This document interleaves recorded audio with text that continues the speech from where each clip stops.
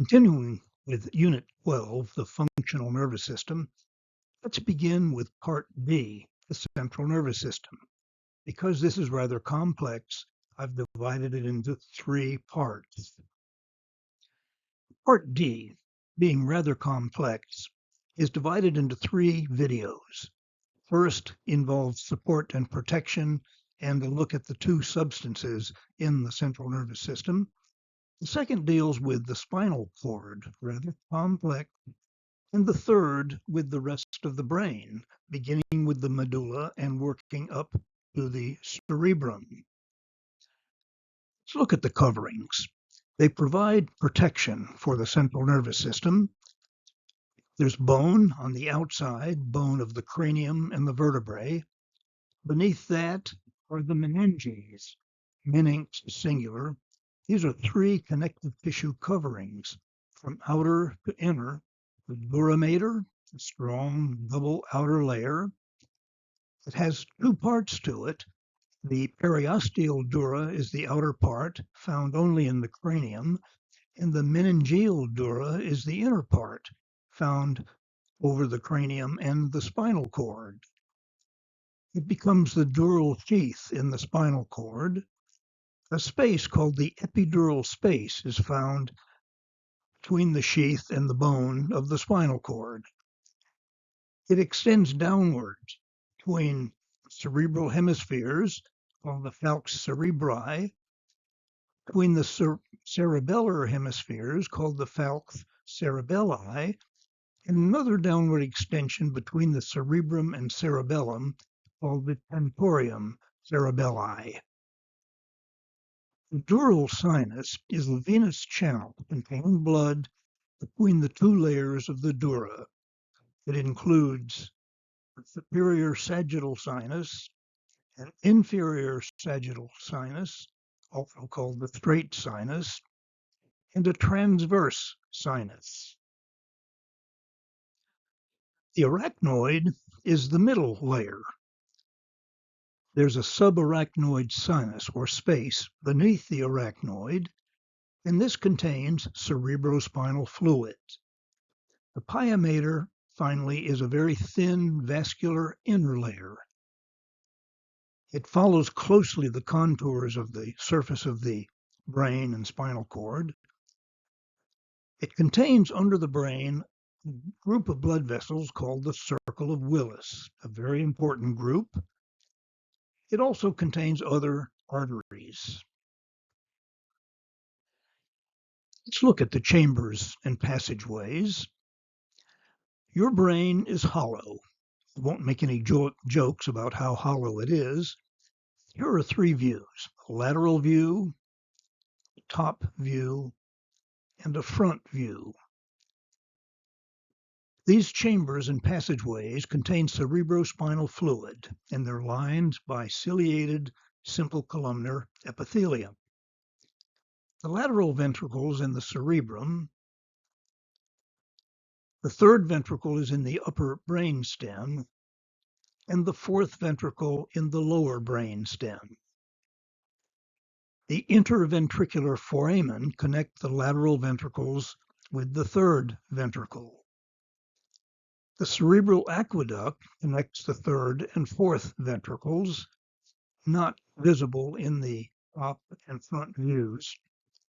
The lateral apertures connect the 4th ventricle and the subarachnoid space. The median aperture also connects the 4th ventricle with the subarachnoid space. The central canal extends into the spinal cord. Let's look at the cerebrospinal fluid. Of the total volume, roughly 140 milliliters, 20 to 25 is found in the ventricles and the passageways.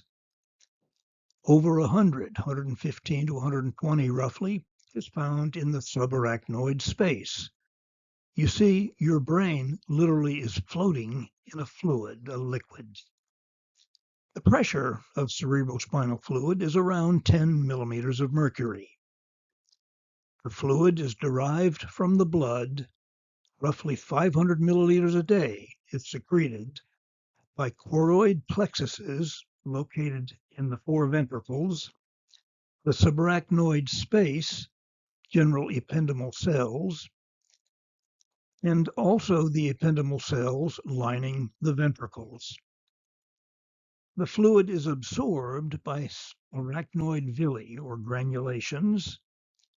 They project from the subarachnoid space into the superior sagittal sinus and conduct the fluid back to the blood. They're valve-like to prevent the blood flow into the subarachnoid space. So the role is to return the cerebrospinal fluid to the blood. Let's look at the path that cerebrospinal fluid follows. It's produced, as we said, in all the ventricles. It flows through the various passageways, then through the lateral apertures, the median aperture, and into the subarachnoid space. The arachnoid villi then absorb the fluid. The central canal, in adults, it normally contains little or no cerebrospinal fluid because it's closed off in spaces. Flow is created by cilia of the ependymal cells and the pressure of the fluid. What about the blood supply? The arterial supply to the brain is through various arteries. They include the internal carotid arteries that branches into an anterior cerebral arteries, supplying the anterior and medial part of the cerebrum, and the middle cerebral artery, supplying the lateral part of the cerebrum. Don't confuse the internal carotid arteries with the external carotids. These supply the face and skull. Then there's the vertebral arteries found inside the transverse foramen. They become the basilar artery, which is unpaired, and it gives rise to the posterior cerebral arteries supplying the back part of the cerebrum.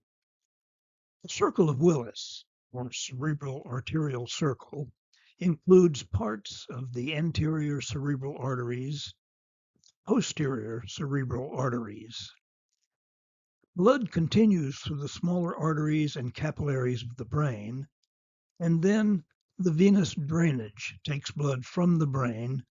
These vessels include smaller veins in the brain, the dural sinuses, especially the superior sagittal sinus, the straight sinus, and then the blood enters the internal jugular veins.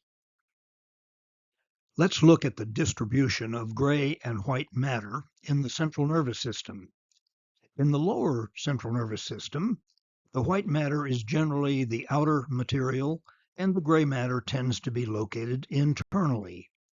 In the upper central nervous system, it's reversed. The white matter tends to be located internally, and the gray matter generally is the outer substance. Now, these are very general statements. The cerebral cortex is the outer gray matter in the cerebrum. It's a rather thin layer, but very important. It's divided into a right half and a left half.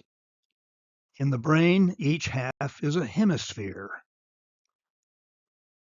The white matter consists of tracts. These are transmission lines between units, modules of gray matter. The association tracts connect gray matter on the same side of the central nervous system. Commissural tracts connect gray matter on opposite sides, and projection tracts connect the cerebrum with lower parts of the central nervous system. There are a number of projection tracts. Let me mention just a few.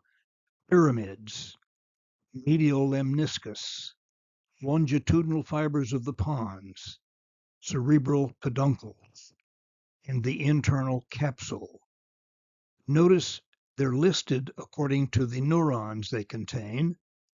Sensory tracts may contain only sensory neurons, such as the medial lemniscus.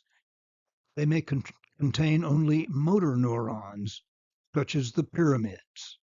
or they may contain both, such as the other three.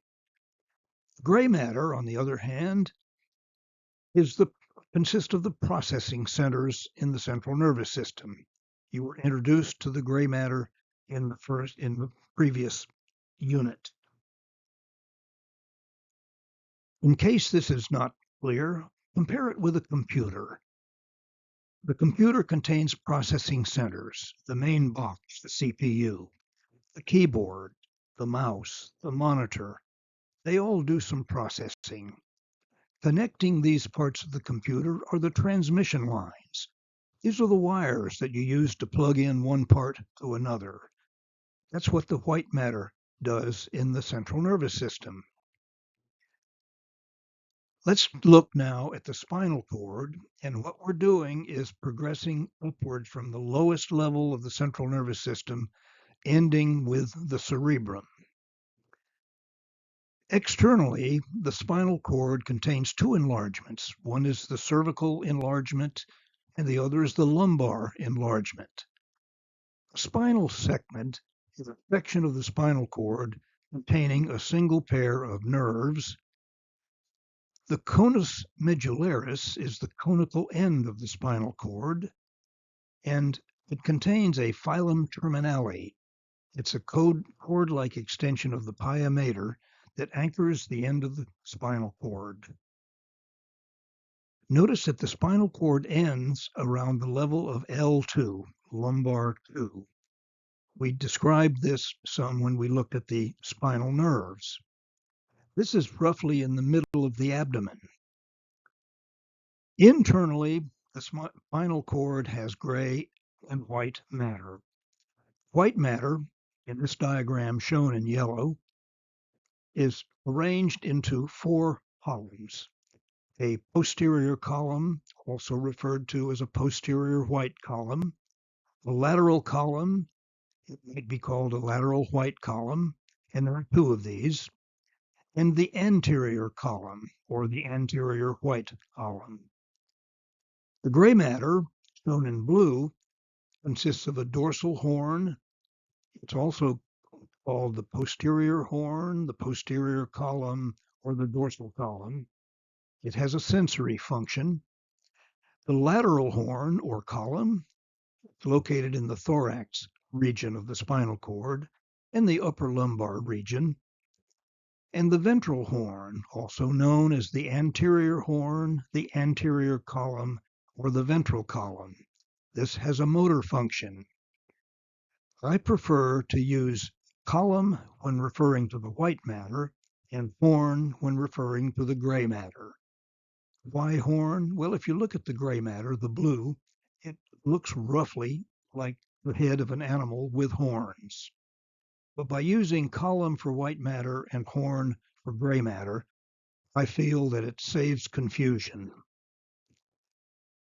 The gray commissure is additional gray matter that connects the right and left side of the gray matter.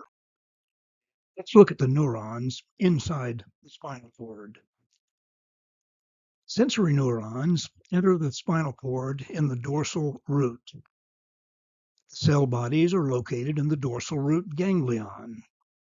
Motor neurons exit the spinal cord in the ventral root. Their cell bodies are in the gray matter of the ventral horn.